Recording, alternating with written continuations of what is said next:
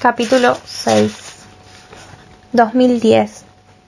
Cuando Linda llegó a casa aquel viernes a las 3:30 de la tarde, Pete, sentado en la mesa de la cocina, con el pelo todavía húmedo de la ducha, bebía una taza de leche con cacao.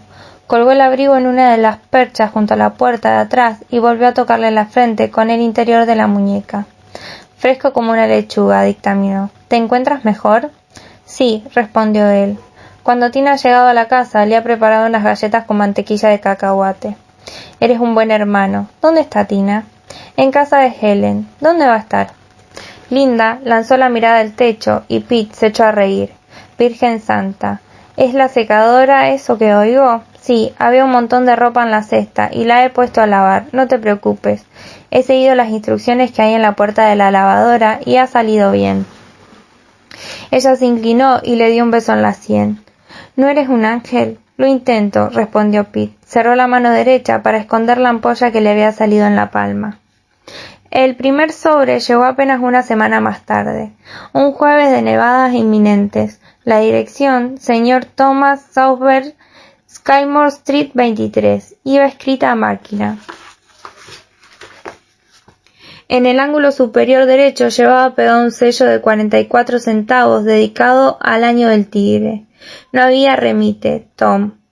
El único miembro del clan de los Sauber presente en la casa al mediodía. Lo abrió en el recibidor, previendo que fuese propaganda personalizada o un aviso de incumplimiento de pago. Bien sabía Dios que de un tiempo a esa parte había recibido o no un poco de estos. Pero no era propaganda ni un aviso de incumplimiento de pago. Era dinero. El resto del correo, catálogos de artículos caros que no podían permitirse y circulares publicitarias dirigidas al ocupante. Se le cayó de la mano, inadvertido, y revoloteó en torno a sus pies. En voz baja, casi gruñido, Tom Southberg dijo: ¿Qué coño es esto? Cuando Linda llegó a casa, el dinero estaba en el centro de la mesa de la cocina. Tom, sentado ante el ordenado fajo, tenía las manos entrelazadas y el mentón apoyado en ellas. Parecía un general estudiando un plan de combate. ¿Qué es eso?, preguntó Linda. $500. Tom mantuvo la mirada fija en los billetes. 8 de 50 y 5 de 20. Han llegado con el correo. ¿Quién los envía? No lo sé. Linda dejó caer el maletín, se acercó a la mesa y cogió el fajo. Lo contó y a continuación lo miró con los ojos muy abiertos. Dios mío, Tommy, ¿qué decía la carta? No había carta. En el sobre solo venía el dinero. Pero, ¿quién? No lo sé, Lynn, pero sí sé una cosa. ¿Qué? Nos viene bien. La hostia, exclamó Pete como se lo dijeron. Había salido más tarde del colegio porque participaba en las competencias interna de béisbol y llegó casi a la hora de la cena. No digas ordinareces, le respondió Linda, pero parecía tener la mente en otra parte. El dinero seguía en la mesa de la cocina. ¿Cuánto hay?, dijo, y al recibir la respuesta de su padre añadió: ¿Quién lo ha mandado? Pregunta acertada, contestó Tom. Pasemos ahora a la segunda ronda de Jeopardy, donde más puntos hay en juego. Era el primer comentario en broma que Pete oía de su padre desde hacía mucho tiempo. Entró Tina. Papá tiene una hada madrina, eso pienso yo. Papá, mamá, miradme las uñas. Ellen tenía esmalte con purpurina y me lo ha dejado. Te queda de maravilla, corazón, dijo Tom. El primer comentario en broma, luego un cumplido. A Pete le bastaron esos detalles para convencerse de que habría obrado bien. Había obrado muy bien. En rigor, no podía devolverlo, ¿no? Sin remitente, no. Y por cierto, ¿cuánto hacía que su padre no llamaba corazón a Tins? Nina dirigió una mirada penetrante a su hijo. Tú no sabrás nada de eso, ¿verdad? Pues no, pero ¿puedo quedarme algún billete? Sigue soñando, contestó su madre. En jarras se volvió hacia su marido. Tom, es evidente que alguien se ha equivocado. Tom reflexionó al respecto, y cuando respondió no hubo bronca, habló con voz serena. Eso parece poco probable. Empujó el sobre hacia ella y apoyó el dedo en el nombre y la dirección. Sí, pero... Nada de peros, Lynn. Estamos en una deuda con la empresa del gasoil. Y antes de pagarles a ellos, tenemos que liquidar la deuda del Mastercard. O si no, te la retirarán.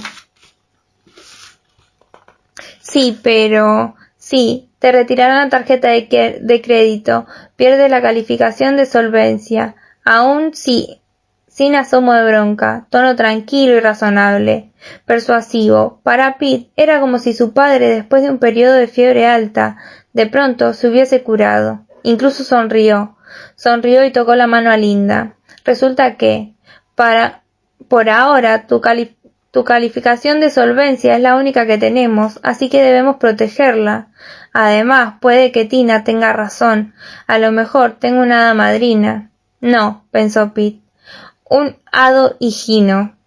Eso es lo que tienes. No, un momento, dijo Tina.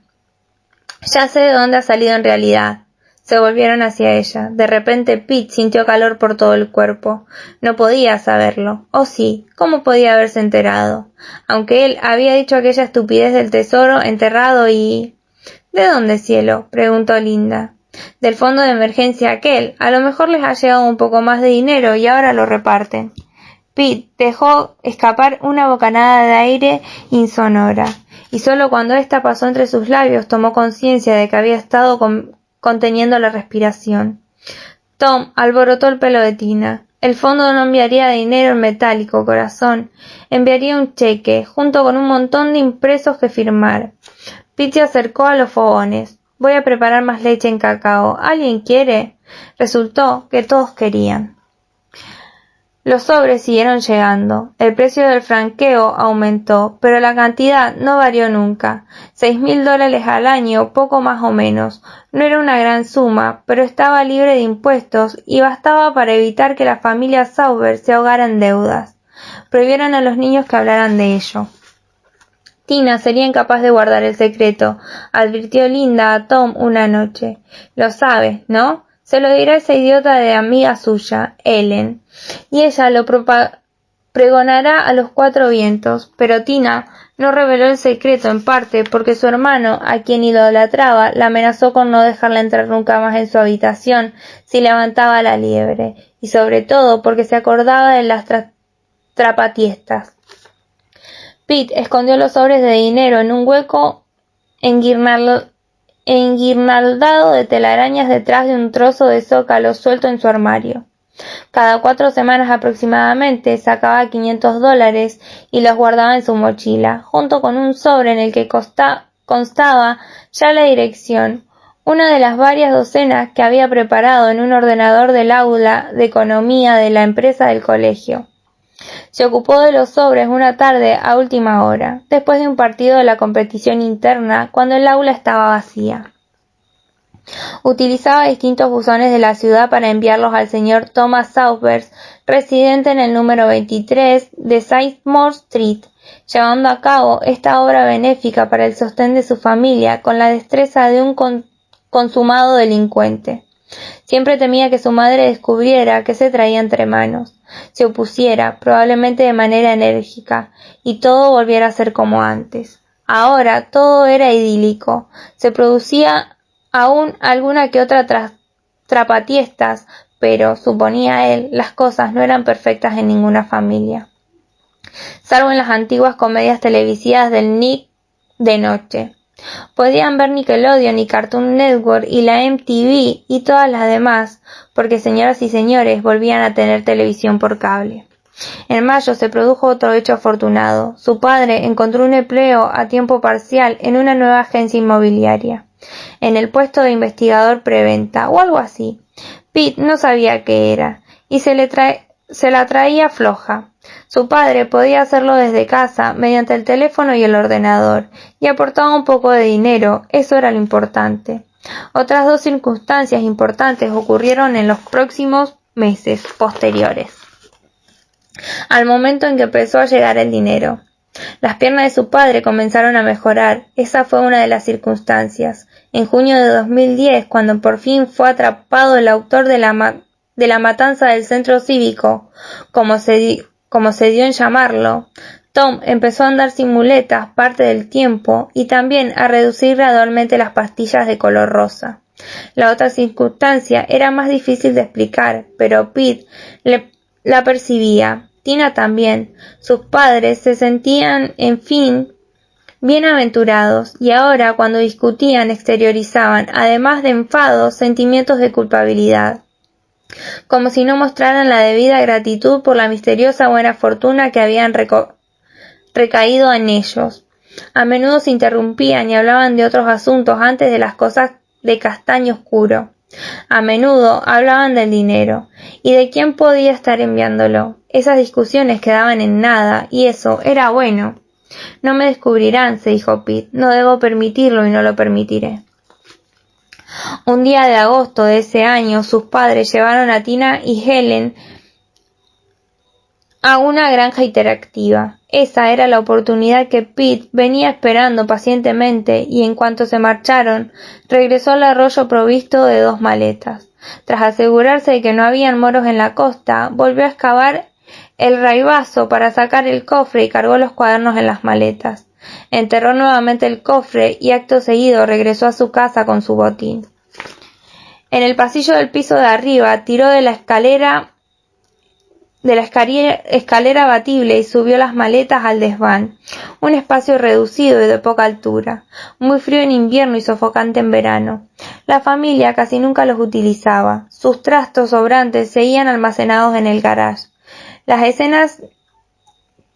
escasas reliquias guardadas allí arriba eran probablemente objetos abandonados por alguna de las familias que habían vivido con anterioridad en el número 23. Había un mugriento cochecito de bebé ladeando una lámpara de pie con aves tropicales en la pantalla. Ejemplares antiguos de la revista Red Block y Good Housekeeping atados con cordel, una pila de mantas mohosas que olían a que apestaban. Pete amontonó los cuadernos en el rincón del fondo y los tapó con mantas, pero antes cogió uno al azar, se sentó bajo una de las 2 bombillas colgantes del desván y lo abrió. Estaba escrito en letra corrida, muy pequeña, pero bastante cuidada y fácil de leer.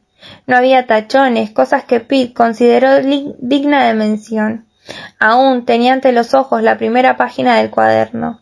El número encerrado en el pequeño círculo en lo alto era el 482, lo que lo indujo a pensar que ese no era simplemente la continuación de uno de los otros cuadernos, sino de media docena como mínimo. Capítulo 27. La trastienda del Drover seguía igual que 5 años atrás. El mismo olor a cerveza antigua se mezclaba en el hedor de los corrales y el tufo gasoil de las cocheras de las campañas de transporte que se alineaban frente a esa mitad del gran vacío de Nebraska. Steve Logan también seguía igual, el mismo delantal blanco, el mismo pelo sospechosamente negro, incluso la misma corbata de loros y guacamayos estrangulando aquel cuello sanguíneo.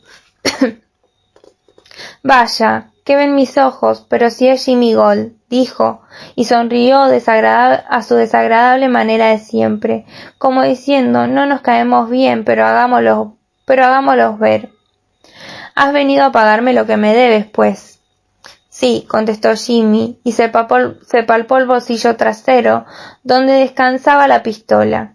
Le pareció pequeña e inapalable, un objeto capaz, si se utilizaba correctamente y con valor, de saldar todas las deudas. Siendo así, adelante, dijo Logan, toma una copa. Se te ve polvoriento. Lo estoy, contestó Jimmy, y además de una copa me vendrían bien. Sonó una bocina en la calle. Pete se levantó de un salto y con aire de culpabilidad miró alrededor, como si hubieran estado meneándosela en lugar de leyendo. Y si llegaban a casa antes de hora porque la mema de Helen se había meado en el coche o algo así, y si lo encontraban allí con los cuadernos, todo podía venirse abajo. Metió el que estaba leyendo bajo las mantas viejas. ¡Uf! ¡Peste! ¡Qué peste! Y fue a gatas hasta la trampilla, permitiéndose aún lanzar una mirada a las maletas. No tenía tiempo para eso. Al bajar por la escalerilla y pasar por la sofoquina del desván, al calor normal de agosto, reaccionó con un escalofrío al cambio de temperatura. Plegó la escalera y la empujó hacia arriba, oyendo con una mueca el chirrido del resorte oxidado y el golpe de la trampilla al cerrarse. Entró en su habitación y echó un vistazo al camino del acceso. Allí no había nadie. Falsa alarma. Gracias a Dios. Regresó al desván y recuperó las maletas. Las devolvió al armario de la planta baja, se duchó, acordándose una vez más de limpiar después la bañera, se puso ropa limpia y se tendió en la cama. Pensó, es una novela, con tantas páginas tiene que serlo, y podría haber más de una, porque ninguna novela es tan larga como para llenar todos esos cuadernos, ni siquiera la Biblia llenaría todos esos cuadernos. Además, era interesante. No le importaría rebuscar entre los cuadernos y encontrar el comienzo, ver si de verdad era buena. Pero, ¿por qué uno no podía saber si una novela era buena a partir de una única página? No. Pete cerró los ojos y empezó a amodorrarse. Normalmente no era muy propenso a dormir de día, pero había sido una mañana ajetreada, la casa estaba vacía y en silencio, y decidió abandonarse al sueño. ¿Por qué no? Todo iba bien, al menos en ese momento, y era hora suya, se merecía una siestita.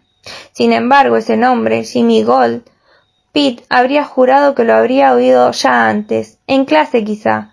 La información de contexto que les había dado la señora Sidwoski sobre uno de los autores que estaba leyendo, quizá era muy aficionada a eso. A lo mejor luego busco en Google, pensó Pete. Puede que haga eso, puede. Se durmió.